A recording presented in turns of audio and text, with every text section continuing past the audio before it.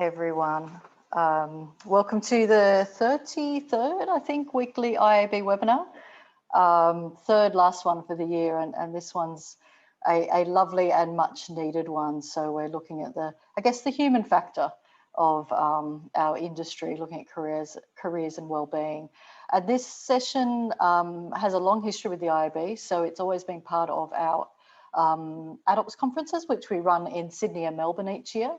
And it's a much loved segment, it sounds like a game show, but it's definitely a really important piece of the industry, and something that's, gives people a chance to, find out particularly from other leaders in the industry, how they're managing their teams, how they're managing themselves, practice of processes that have changed, things that will stick for next year. So please feel free to not only send messages through to the panelists through the chat, give them a howdy, thank them for their time and their wisdom and their knowledge, but also send questions through the Q&A box. And in our panel session that's coming later, we'll get through as many of those as possible.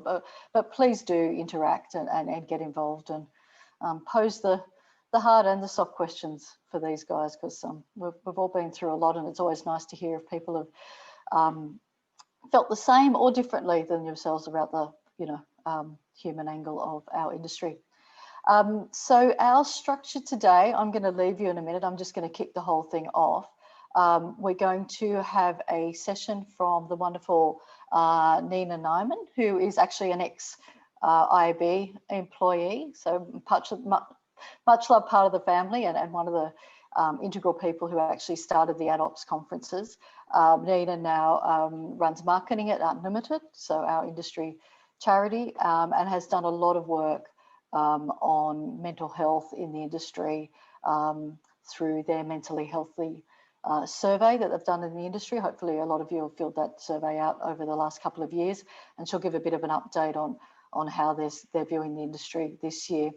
After Nina, we're going to go into a panel with some of our leaders from the industry, from different size organisations, different roles, really people who will understand both how they've helped their teams, things that have changed, I guess, over the last 6 months. We've got Paul looking very News Corp corporate there.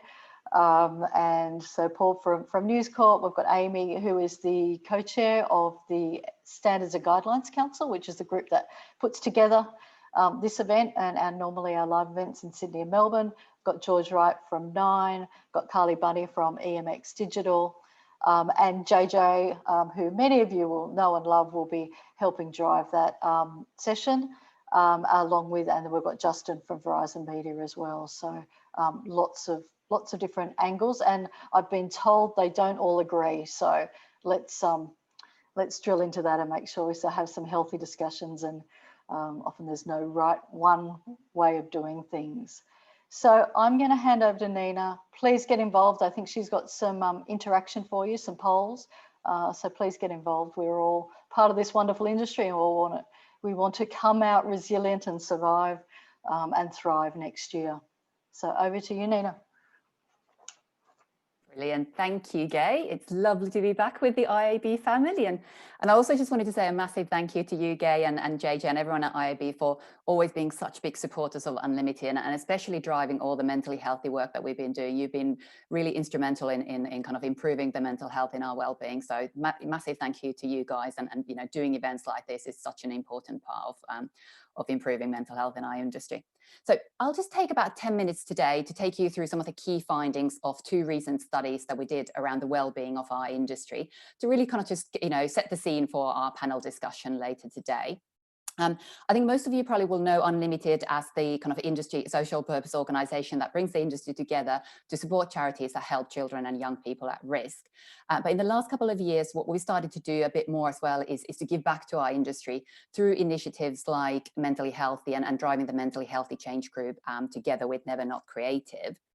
One of the key things that we do through Mentally Healthy is the kind of annual study, where we also partner up with EveryMind, who are kind of the leading national institute for mental health research and suicide prevention. So we first did this study in late 2018, and we wanted to run the study again this year. So We ran the study in January, February time. We were really happy with the response. We had over 1,500 people fill in the survey, which is quite an achievement because it was a good 25 detailed personal questionnaire. And we closed the survey on 13th of March, which you might remember was pretty much kind of the day before everything went into lockdown and the world, as we knew it, changed forever. So a couple of months into the lockdown, we kind of felt that we needed to check whether these results were still valid and what had changed, you know, given everything that had happened in the world. So in April, May time, we ran another additional kind of shorter survey, a kind of COVID-19 pulse study, just to measure some of the impacts that COVID had on our mental well-being. And the results I'm going to share with you today are a combination of both of these studies. Just on the top line, I think what was quite interesting is that there was actually not a huge amount of difference between those two surveys. I think the key reason for that is that it was kind of measuring very much a short-term impact, whereas especially when it comes to mental health, some of these things will probably not really arise until probably later till next year. So rather than just kind of throw loads of stats at you, I thought I'm going to try to make it a little bit more interactive by doing it as a quiz. So if you guys could get ready to answer some questions on polls, Tiff, if we could get the first poll up as well. So the first question is, what do you guys think is the percentage of people in our industry who are at the moment showing some levels of symptoms of depression? Do we think it's 12%, 26%, 38%, or 56%? So if you all could have your say in the poll. And Tiff, once we've got most of the studies, if you could also share the results with everyone so we can see what everyone thought.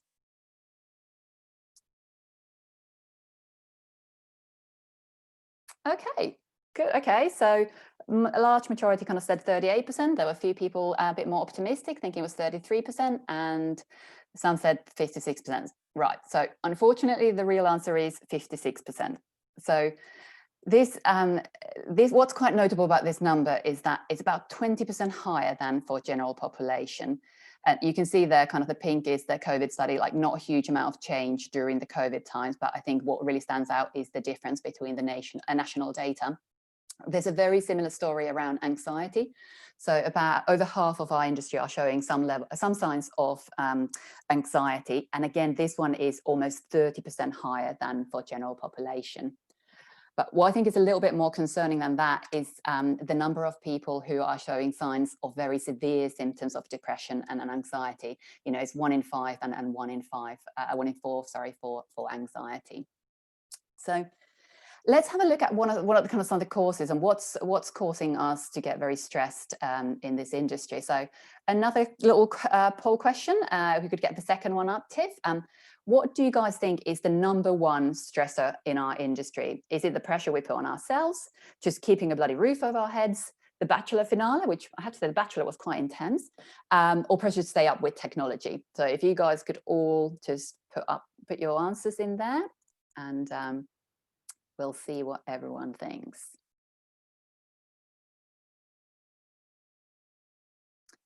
And Tiff, when you're ready, if you can bring up the results again, let's see. Good. Okay. Most of you got it absolutely spot on. So the answer is pressure that we put on ourselves. So this has been pretty consistent for the last 2 studies that we've done. So the top 3 have been consistently pressure of our own expectation, pressure from others, and multiple responsibilities. Quite understandably, in the COVID study, concern about future kind of popped into #2. But what I thought was quite interesting is that even during lockdowns, and the second study was done during lockdowns, things like isolation and financial stress still didn't really feature in the top 3. It was still very much the pressure we put on ourselves. And I think this quote from that we had from the study kind of summed it up quite well. I think this is so relevant for you guys, especially in kind of AdOps and programmatic and very heavy tech roles, is that the technology changes so fast, and I think everyone's under this pressure of knowing everything about everything all the times. You know, being these madmen who can answer every question, and that can really, you know, lead to things like imposter syndrome. So let's have a couple more questions. So let's see how our industry is coping with these stresses. So what percentage do you guys think of our industry is drinking alcohol at risky levels? So risky levels harmful for your health. So is it 14%, 24%, 34%, or 44%? So we'll pop those in. Unfortunately, looks like my little fancy animated GIFs are not working on this presentation, but you probably get the gist of those pictures anyway. And if you can share the results as well when you got them. Let's see what everyone thinks. Okay, quite split. Let's see. So the correct answer is 44%. So nearly half of our industry are drinking at risky levels. 14% are consuming alcohol at very high risk levels. And 1 in 5 are basically binge drinking, which is kind of 6 or more drinks once a week. What was also quite concerning in the COVID study is that people reported that their alcohol consumption had also increased. 51% had said that their alcohol consumption increased during COVID, which I think is very understandable. And I was definitely one of those, 51%. But, if you take that on top of the 44% already, that's quite a concerning number. So one thing I would say though is that there was, in the COVID study, there was some, it wasn't just about negative behaviors that increased. There was also, positive stories around people increasing their exercise, people feeling a lot more connected to their friends and family through kind of video calls, and also the amount kind of healthy eating increased as well. So it wasn't all just bad. So let's look at stigma in our industry.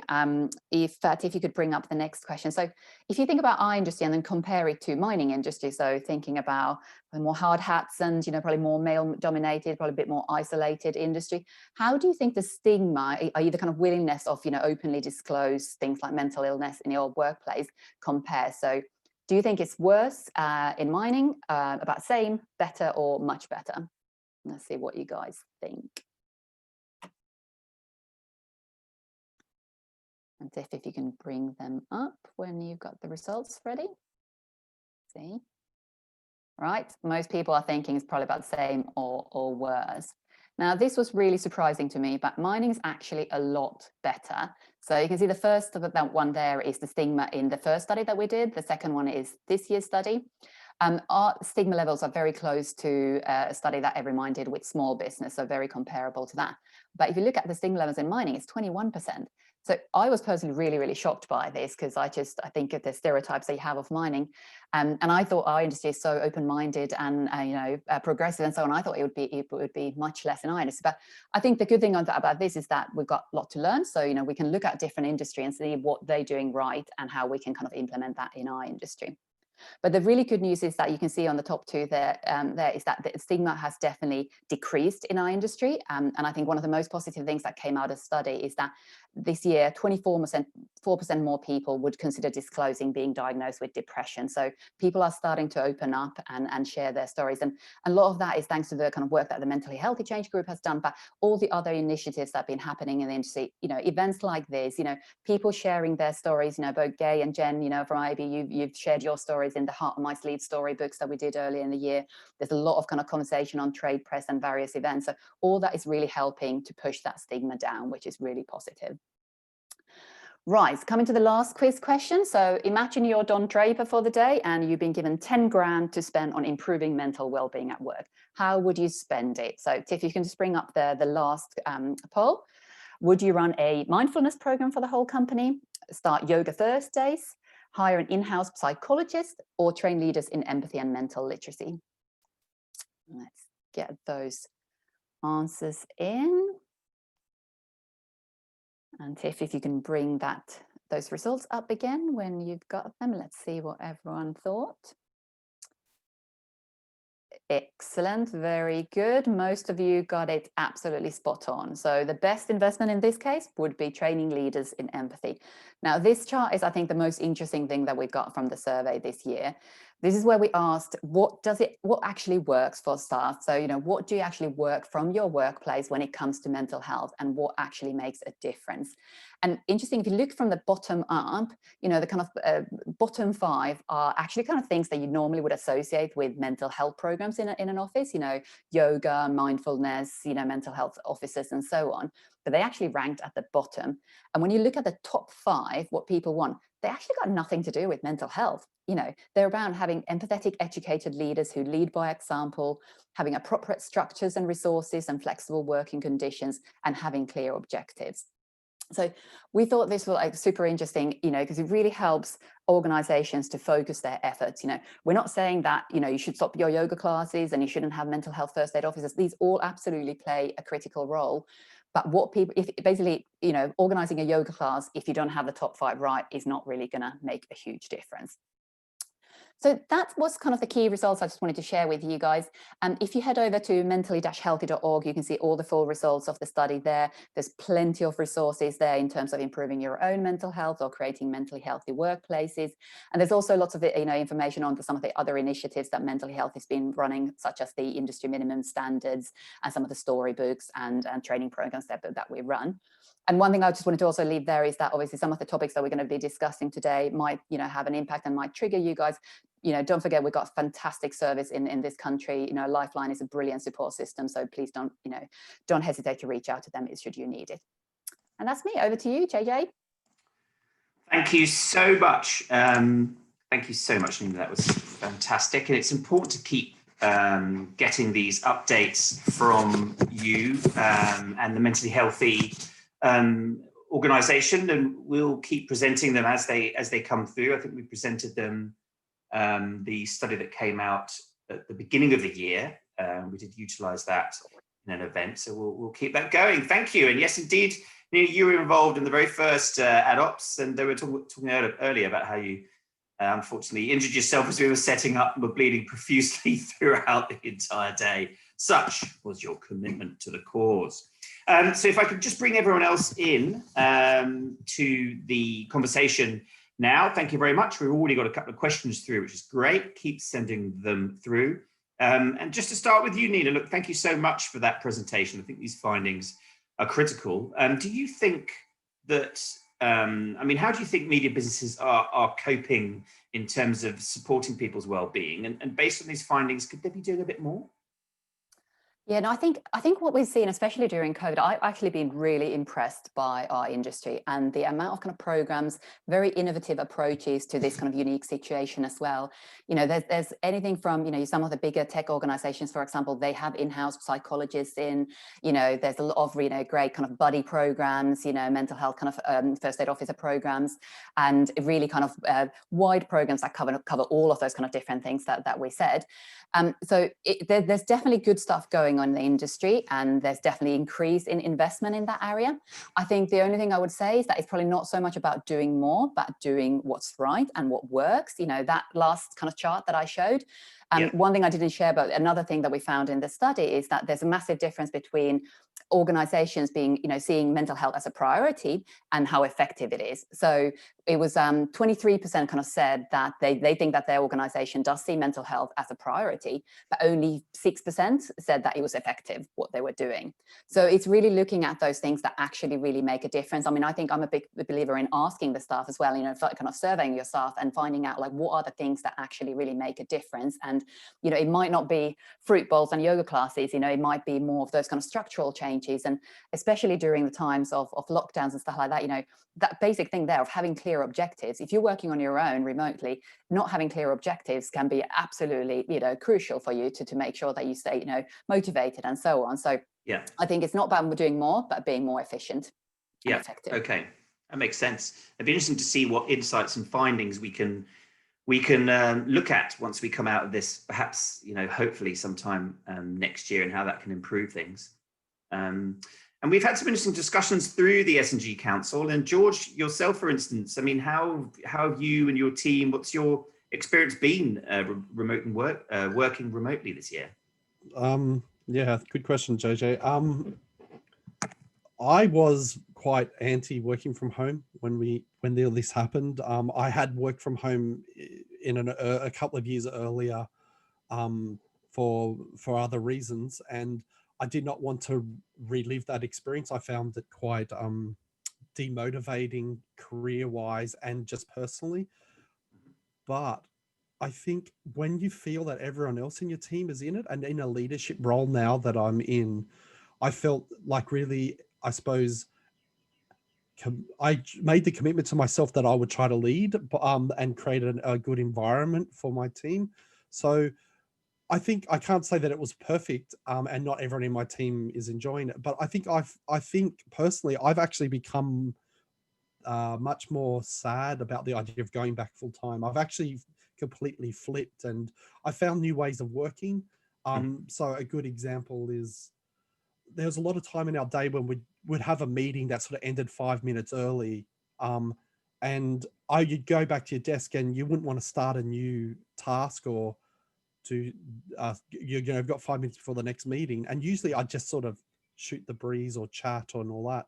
But at home, it's now, oh no, I'm going to go and, do some prep for dinner tonight, or I'm going to put some washing away or do some housework.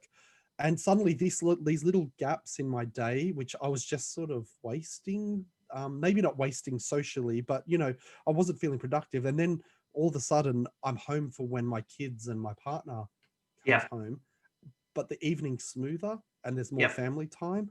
And so for me, that was really important. The other thing we did was we instigated a stand down. So a lot of tech, I'm in the tech space, a lot of techs have stand up if you're in an agile sort of practice. We also implemented stand down, which was just at 5 o'clock. We just had an open meeting where it's just like, just come and talk, just hang out, have a beer, a wine or whatever. We're probably contributing to that increase of 51% that Nina was talking about. But what we found was most of the team just started turning up, and they actually put it down as one of the highlights of their days, because at that point, the last thing would be, last person out, turn the lights off, and that's the end of the day. And we made it clear that attending stand down or not attending stand down, the point was that once the stand down meeting notification came up, start turning off for the night. Yeah. But it sounds like Nine have got the processes and resources that enable you to work more efficiently, and you've embraced that. Yeah, well, we were in an odd situation that I'm from the old Fairfax side of the business pre-merger. And we had moved to a hot desking scenario, which, is a hot topic in its own. Like, some people love it, some people hate it. But when the call came to work from home, we had already got laptops and remote access already organized, like as just part of the hot desking routine. And so we were able to just move within an hour and continue. And that, I suppose, if I had a lot of technical problems, if I had problems accessing stuff, feeling disconnected from the team, if I had poor internet connection, I think I would have had a lot more stressful time, and it could have been a lot worse off. The other thing too, which really came to my attention, was my wife is a teacher, is the level of disadvantage. It's not everyone has good internet. Not everyone has a laptop they can share around. I know when I had my two children having to school from home, having to share my laptop with them and make sure they had their Zoom meetings, and it was very stressful. It's not a situation that I think we can prolong, and it is definitely something that if we do want to move to a more permanent work-life balance, working from home, all that, we've got to make sure that we're doing it in an equitable way. Which space, right? I mean, some people just don't have the space, let alone the connections. But that's a really interesting perspective. But asking you now, Paul, because I mean, there you can see there's an uplift in productivity, and that could be measured and deemed as a solid metric for businesses to look at. But is it the right thing to be measuring, and what else do we need to be understanding to ensure that we're getting the best out of our people, but for themselves, for the teams culturally, for them individually, as well as for the business? Yeah, I think productivity is always going to be an important part of managing an effective team or business. But I think we can get a little bit too focused on moving that dial instead of understanding what actually causes the dial to move in the first place. There are a lot of ways to just simply increase productivity, but the one thing that underpins all of that is how happy your employees are. And if you're increasing productivity, but you don't have additional measures in place to monitor and support the mental health and well-being of your employees, then that productivity will exist on a bell curve. And how does a business create fair workplace policies that make everyone happy? Well, I don't pretend to have the answer to that question right now, but ultimately it's going to be about balance. And for leaders, we need to understand what that means for our businesses, for our teams, and for ourselves as well, because one of the most important things about being a leader is to actually lead by example. Yeah, absolutely. And actually, that's a good point to bring up with you, Amy. Having run a remote business for quite a while now, you've whilst your team will have been set up for it, you're kind of used to it, as it were. I mean, how have you found it through 2020 for yourself and for your people? There's no denying it's been a tough year. I mean, we'd been working remotely for nearly 10 years. So we kind of had, systems, the way we operated, the way people, structured their days, met SLAs, and kind of, balanced their lives was kind of humming pretty nicely until we kind of threw lockdown and homeschooling in on top. And I think what we really needed to do was try to figure out how to focus on work, and then, try and juggle kids who needed help, but then not be telling them to go away. But then, so we sort of had to work on a bit of a compartmentalization strategy, really, where it'd be like, focus for an hour or two, then spend an hour with the kids, come back. But what it did mean was that people, I think overall, were probably working, on and off for longer periods. So, what we do as a team is, there's always kind of backup. So what we sort of tried to do was focus on where people seemed like they were really struggling, get back up in to help them if they just needed some downtime, or, to go off and do other stuff that they needed to do while not letting our clients suffer. We did add in an extra daily call, which kind of was just intended to be more of a, kind of water cooler chat, jump in if you just need to vent, or, and I think that actually, even though we're almost in constant communication, having just that extra slot in the calendar has actually been really great. And we've kept that in, but on a lesser level. So we've got that in a couple of times a week now on top of our WIP. But that actually, I think, has been really just a bit of a safe space for people to be able to, talk to everyone, figure out, what other people were doing, and just share that knowledge. I think I've been really worried about morale across the team over the year. And I think, particularly for the guys in Melbourne, it's been a really hard year. So, we tried to sort of, do things where we could and within COVID limitations. But, I've always kind of felt like small rewards are more important than the big ones. So like Uber Eats vouchers or some flowers or a box of donuts, or, just some little things to kind of keep people's spirits up through all of that. And then sort of where we are now in the year, I think it's really important to also acknowledge that, like I feel this, almost everyone I speak to feels like it, and the team do too. Everyone is just really drained. It's been an exhausting year. And I think, all of that anxiety and pressure and uncertainty and what's happening. And, is my husband going to lose his job, or, he's at home now, are we going to go back into this situation? Which hopefully we're not. I think now that things have sort of leveled a little bit, and now we're sort of trying to work out how do we just ongoing operate in a, in a COVID world. I think people are just a bit wrecked. So sort of trying to make sure that, everyone is, planning in some time off over this sort of, quieter January period, trying to have a bit of downtime and just look after yourselves a bit better. Get a massage if you can, like just be kind to yourself a bit. And I think everyone's going to need that as we move into the new year and try and figure out, what our new normal looks like.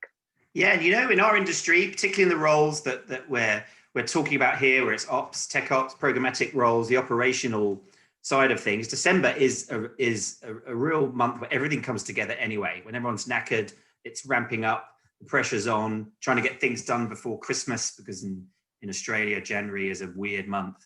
And now with this year as well, there's even more to be cognizant of. So I think that's something we should all be aware of, and everyone on the call be aware of. Absolutely. It's December is that kind of a month. We just got to keep an eye on people.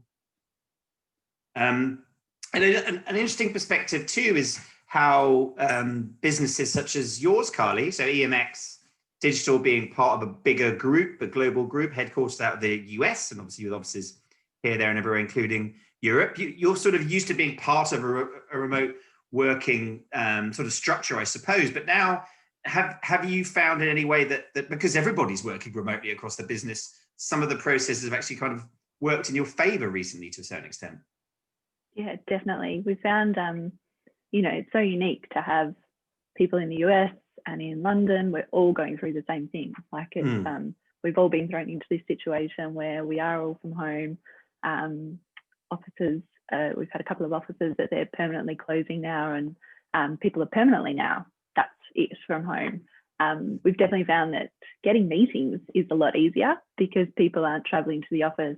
Anyone that has a connection to the US will realize it's probably the worst place to try and set up morning meetings, afternoon meetings, evening meetings. So everyone in the US seems to be a little bit more open to having a later call or us being up a little bit earlier because there's no 9 to 5 anymore. So, but yeah, we definitely, the processes and stuff have been tightened up a little bit where we use Confluence quite a bit. So where we would just sort of, if something didn't sit right in a Confluence guide, we would just sort of look over it, where now we're like, no, we need to tighten this up and fix it up and get it up to date. So yeah, that's been a big change. But yeah, you've also got to sort of understand that the US, well, we're coming to a good point, they're not. So you've got to kind of just be aware that things are a little bit tougher for them than what it is for us. That's a great point. Same with Europe, right? I mean, it feels like a dark winter. So that's a very salient point. So, I mean, if you know, so a variety of bits and pieces, but what do we take and how do we learn from this, Justin? So, how are you and your teams and at Verizon? What do you think we can take into 21 in terms of perhaps being a bit more flexible, trying to look after some of the individuals that are missing the cultural engagement and some of sort of that what the office brings, and those that are working out amazing processes remotely and running teams seamlessly, it seems. What are you going to take from this into next year? Yeah, I think, look, flexibility is definitely something we're thinking about and approaching the future with many elements of that.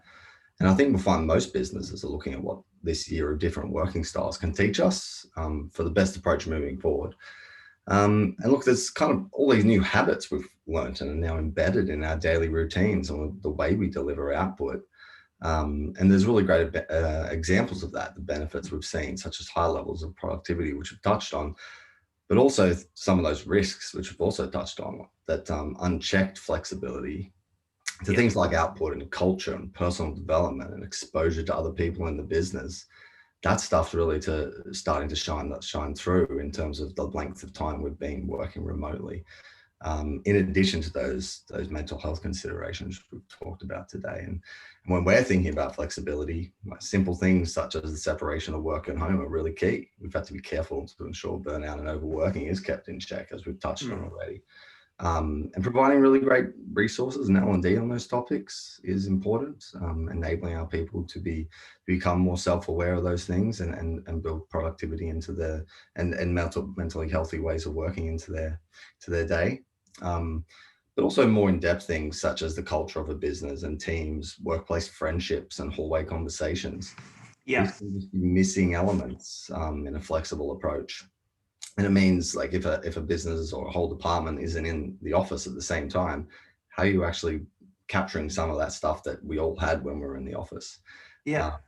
So, like, we could have one extreme of extreme flexibility with no guidelines that could look very different to a business that builds like a set of options and caters to the requirements of the business and teams and individuals, as you mentioned. And the approach we're taking, and I think that'll evolve over time as we learn about what works, is really look at it from a team perspective and think about time in office for specific collaboration being needed. But we can also get a lot of stuff done from home, as we've found this year. But there's more to just going into the office to collaborate or have a planning session or team meetings. Like, just being in the same space, getting things done is extremely valuable. Like, sharing things, showing each other new things, what we've learned, what we've discovered, desktop conversations, discussions within a team at our desks. There's huge benefits to that. And for managers especially, not being around our people as much as before can be a challenge, and trying to work out those options and examples and cater some things across a business, I think, is what we're trying to do in Verizon Media. And I think every business will probably be preparing and thinking about what to do and create those options to make their business successful. Yeah, so it's human interactions that people will be missing. It's almost impossible to truly replicate that through screens. Definitely. So Nina, I mean, similar situation in some ways that you have at UnLtd. with having a wide range of members, as we have, with going through different sorts of experiences. How have you seen a sort of range of how your members are generally coping with it all this year? I think, we've been really positively surprised by what we've seen. I think, one of the most amazing things that have come out of the lockdowns is that during the kind of really intense lockdown months, around kind of April time, we saw about like 50% increase in offers to help. Everyone was just calling us going, what can I do? How can I help? I think it really, what you mentioned, George, about the disadvantage, I think that really hit home, is that when you're homeschooling and, dealing with those kind of Zoom calls with your kids and all that kind of stuff, and then kind of thinking of some of the charities that we support and knowing that, a lot of those kids, like, they don't have a safe place to go home, it's not even just not having a laptop, but it's not safe, I think that really just kind of really inspired a lot of people in our industry to get in touch and to see what they could do to help. And, we had a great response. We started kind of like the Good Deeds virtual volunteering program, so people could just kind of like, whether it was like doing a little graphic design project for one of our charities or, support someone with kind of, mentoring and so on. Had loads of people jump on board of that, and loads of companies as well really got, really stuck into the kind of our corporate partnerships with them, like especially Justin's company, Verizon Media, was doing awesome stuff. There was all sorts of walkathon challenges and, workshops to support kind of your charity partners, musicians making a difference, so on. So that to me was like so positive to see that, even when things got really tough and it would have been really, really easy to get really self-centered and just focus about how you get through, people actually started really giving back.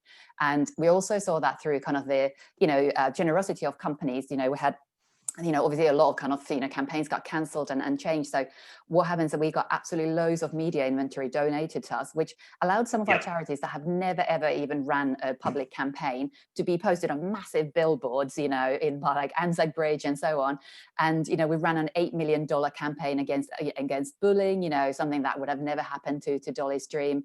And just recently, just last weekend, actually, we had like over 50 companies in our industry got behind World Kindness Day and just started spreading the message of kindness in all their platforms, from outdoor to digital to cinema and so on. So that to me has been incredibly positive thing that I, like, to back to your kind of question to Justin, like, what do we hope that we'll see next year? We hope that kind of human side to continue.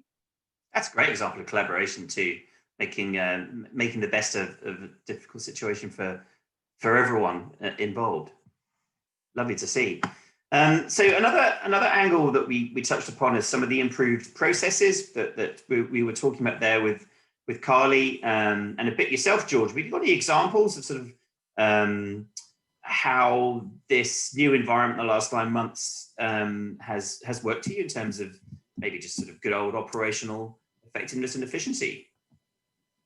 Yeah, it made us look at our communication channels, and we're thinking, well, there's so much communication that's just implied or assumed by just being able to see a person or see if someone is stressed, or see if someone's become withdrawn or quiet. That's from a psychological point of view, but even from a process point of view, actually going, you know what, the company is now providing an official tool to have chat. In the past, having a Slack channel or any of these messenger type tools was kind of a blind eye was turned, especially at a big corporate company like Nyman. Blind eye was turned or was actively discouraged. If you saw someone chatting on it, they were wasting time. But now it's suddenly, this is the tool where communication happens. And being able to reach people who you didn't have to travel to a different floor, or we had a spread out business anyway. It was only just recently when we had one building to move into at One Denison, where we had offices all around Melbourne, wherever, even in Sydney, we had 3 or 4. And now it became okay to have that window up and okay to have those conversations, talking. And so I suppose that created a sense of official this. And the other thing too is this awareness of any meeting created or any conversation had, it was implied, we automatically added a Hangout or a Zoom to, and it was just encouraged. So that's that sense of, even if there were 2 people in the office, we were still expected and required to invite the whole team to that meeting, if that was a team meeting. So that to try to turn it into the norm to be more over communicative rather than, it's very easy to have a water cooler conversation just by accident. That is an important part of business, don't get me wrong, but that happens incidentally, whereas now we have to think deliberately of, we're actually conversing about something important. Should we open this up to everyone in the team? And that level of deliberation, I think, is a type of process improvement. Yes. And finally, it's just people, you had stand up at 9:30 and people would sort of drift in around 10 and no one was actually doing any work till 10:30. Now people are like hitting, we move stand up to 9 a.m. and I thought I'd get pushback from that, but everyone's like super happy because they don't have to commute in the morning. They've actually got time to do the school drop off and be back and have finished, ramping up, and 9 a.m. we have the meeting. And what that does is it just means at the end of the day, if someone's having a bad day, they have a longer lunch than normal, they go for a longer walk, they just have to go pick the kids up early, whatever. There's sort of less pressure. I don't know. So formalizing the communication channels, deliberately exposing conversations, making that concrete decision to expose conversations, I think has definitely helped. Yeah, that's interesting. That focus on autonomy, and Amy, taking that a little bit further, can you see this being a sort of tipping point? In fact, we have a question around regional Australia and people being able to work from there in the future, perhaps rather than having to come into the offices because of the amount of dead time. Can you see there being a tipping point in terms of this flexibility and people being able to balance their home life and working life in a manner that suits them? Some may want to go into the office, some may want to do a bit more from home. Yeah, look, I hope so. I mean, I think that will be the silver lining that comes out of kind of being, for businesses having no choice but to, have to provide flexible working conditions this year, and then try to find a way back to what's the balance and what's going to suit individuals as well as still feed a successful and cohesive team. Like when I started this nearly 10 years ago with a couple of really young children, things were pretty rigid. We had to fight pretty hard to kind of prove that we could, do our jobs and do it, without physically sitting in the office. And I think, some of those tools, things that George was talking about, like Slack channels and, things like that, as communication with clients effectively mean that, you can have a really close relationship without having to be there.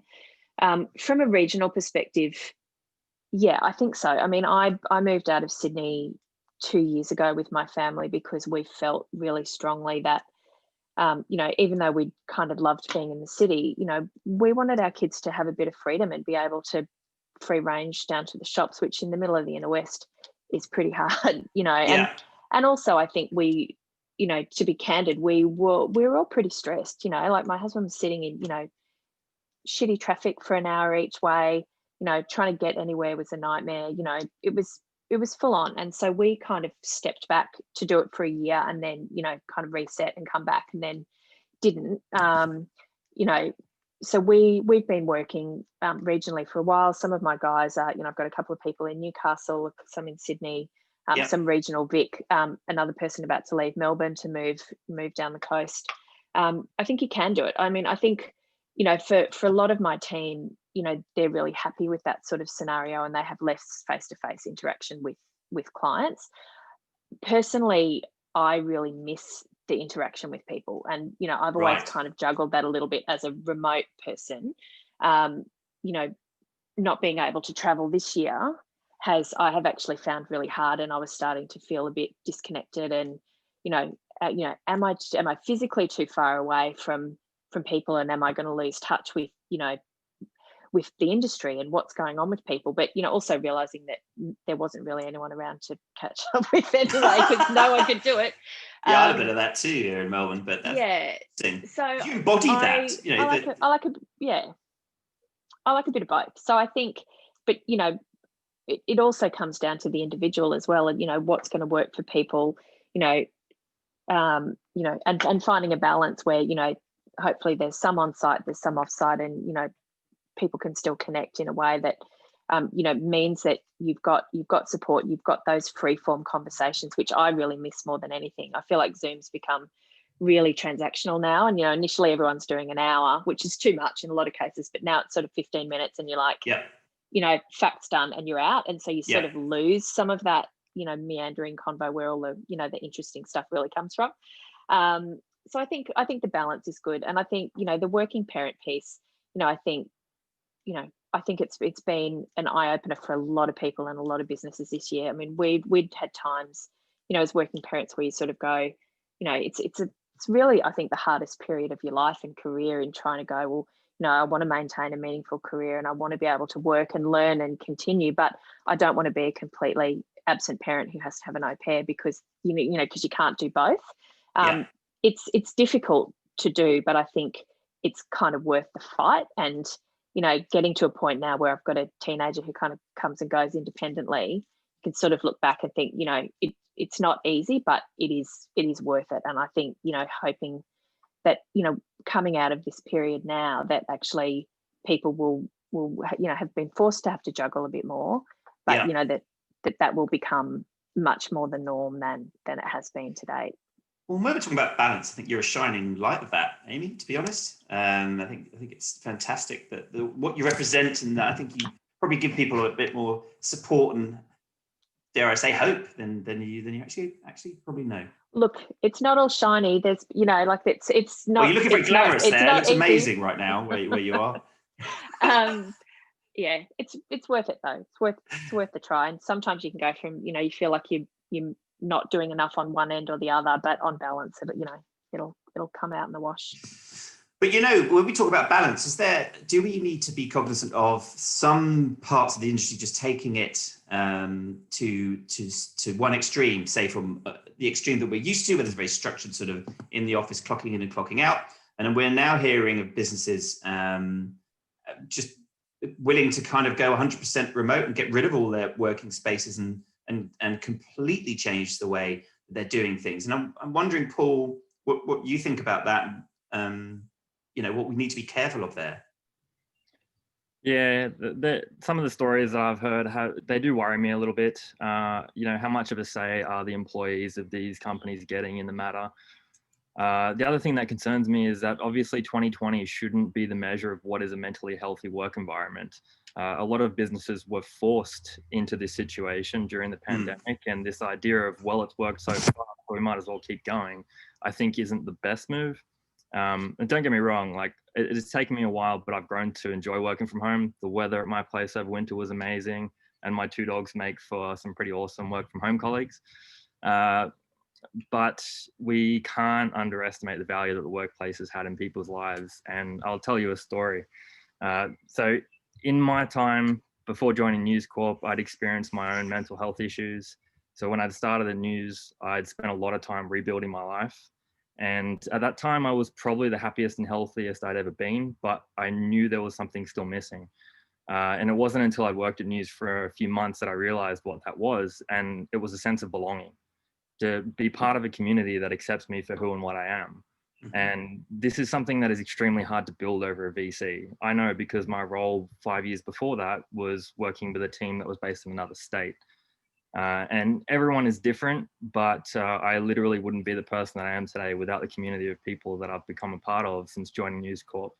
The people I've met have changed my perspective on the world, and I've made a lot of lifelong mates throughout the last 3 years. The exciting thing is that we've got an opportunity right now, an amazing opportunity to learn from these experiences. And as we move into 2021 and beyond, business and employees need to work together to really build a new workplace environment, one that supports efficient business operations, but doubles down on mental health and well-being as well.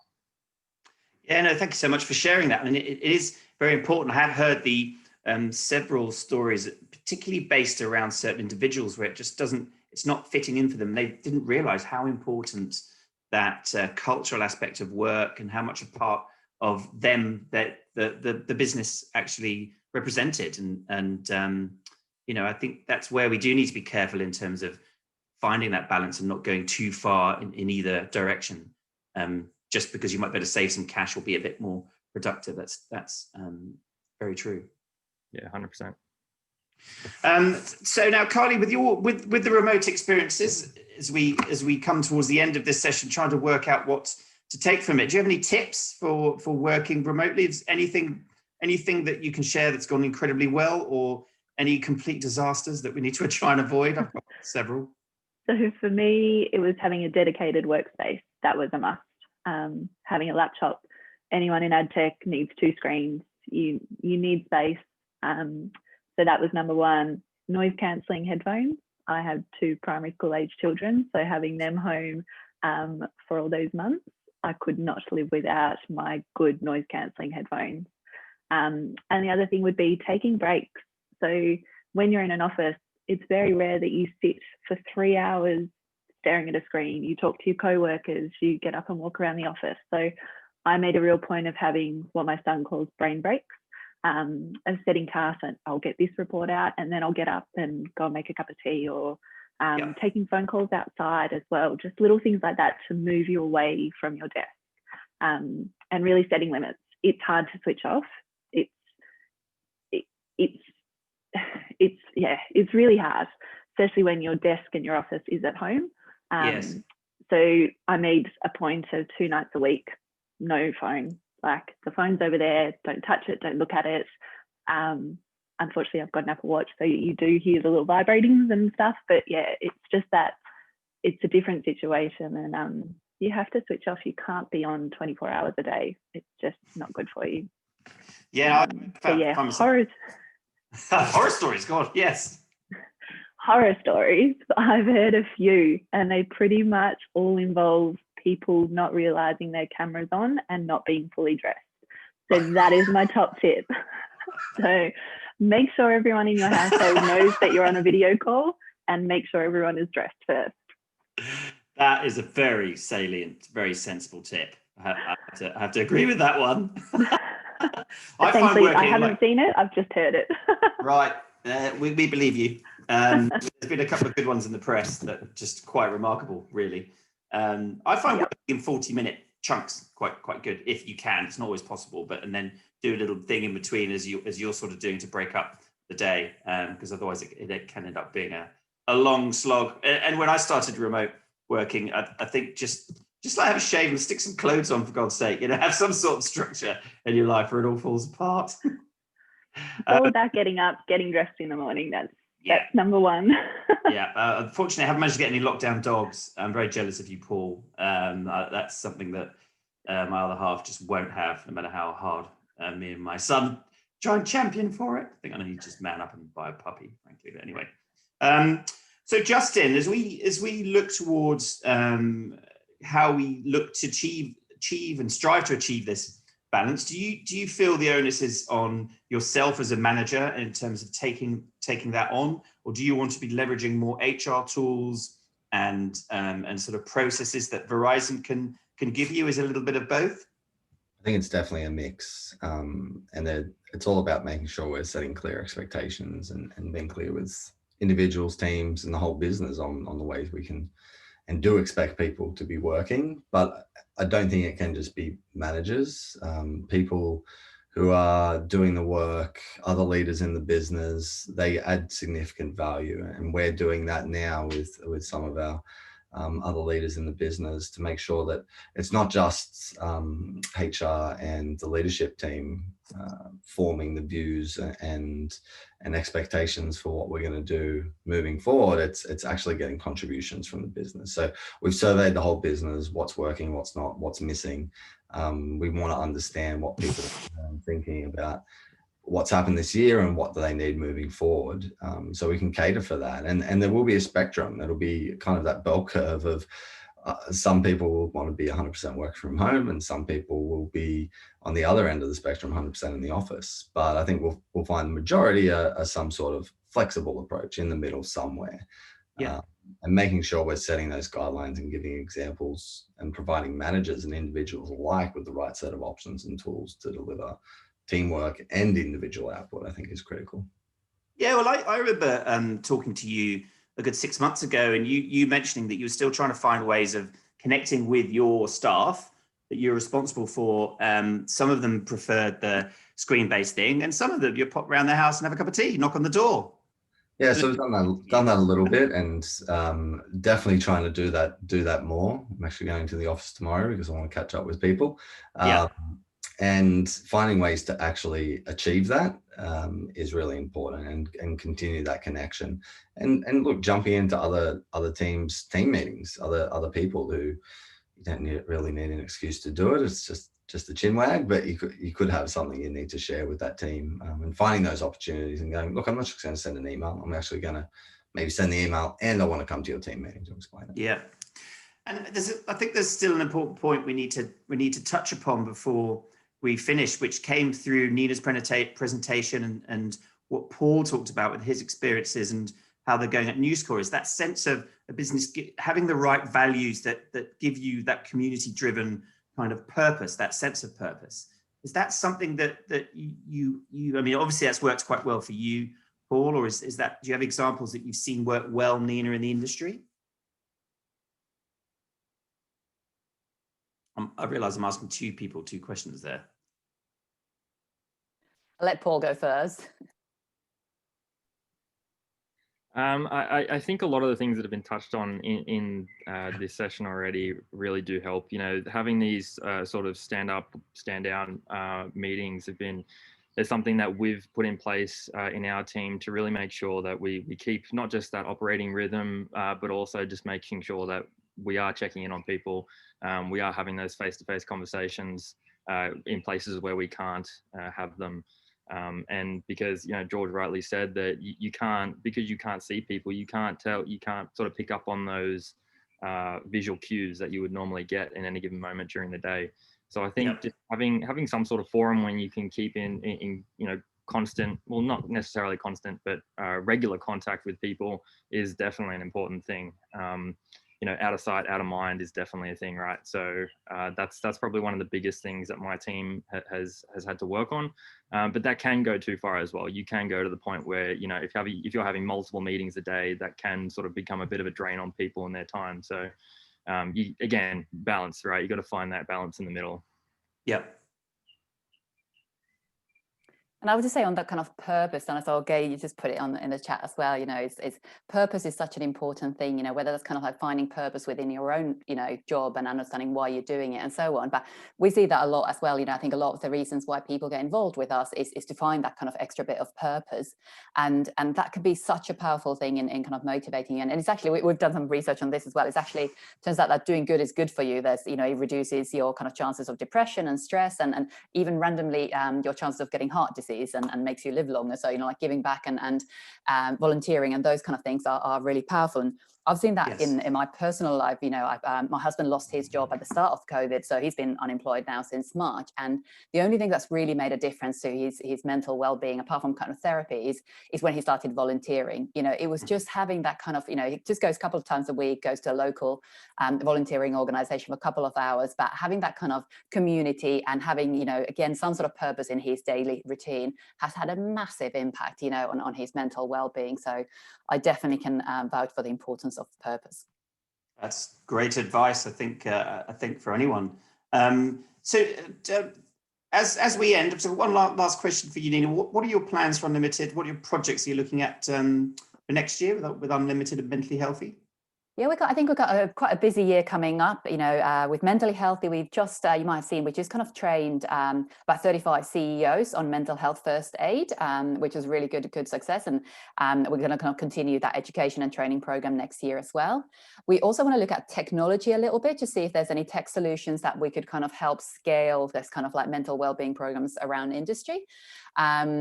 And we're also kind of looking at empathy a little bit closer, because empathy came so strongly in that survey. And we want to kind of understand, like, you know, what is empathy? How do you measure it? And how can we train people around that? So those are probably kind of the key areas. And we'll, you know, definitely be running another survey, because like you said, I think, you know, next year's survey, I think will be the really interesting one where we see a bit more of that long-term impact.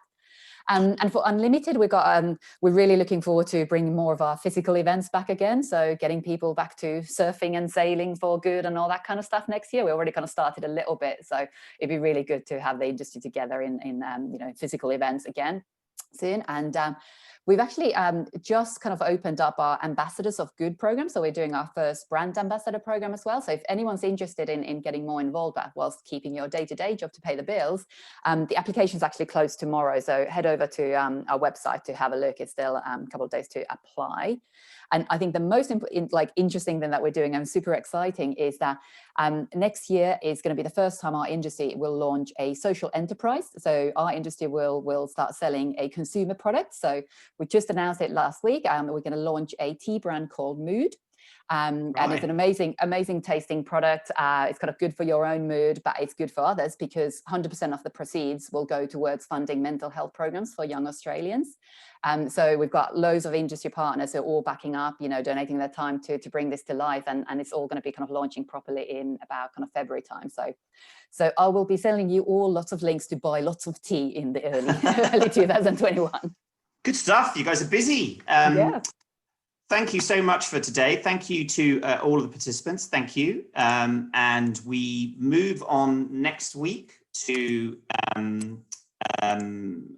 our final sort of standards and guidelines event, which sort of is replacing what we'd normally be running in our physical digital AdOps events. And we've decided to put the entire council on the spot and do a live Q&A.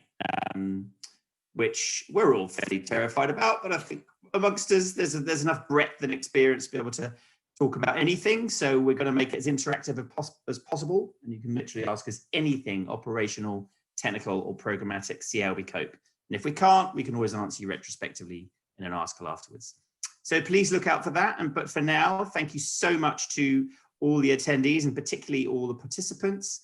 And particularly Nina from UnLtd and Mentally Healthy. Thank you very much. Have a lovely Thursday.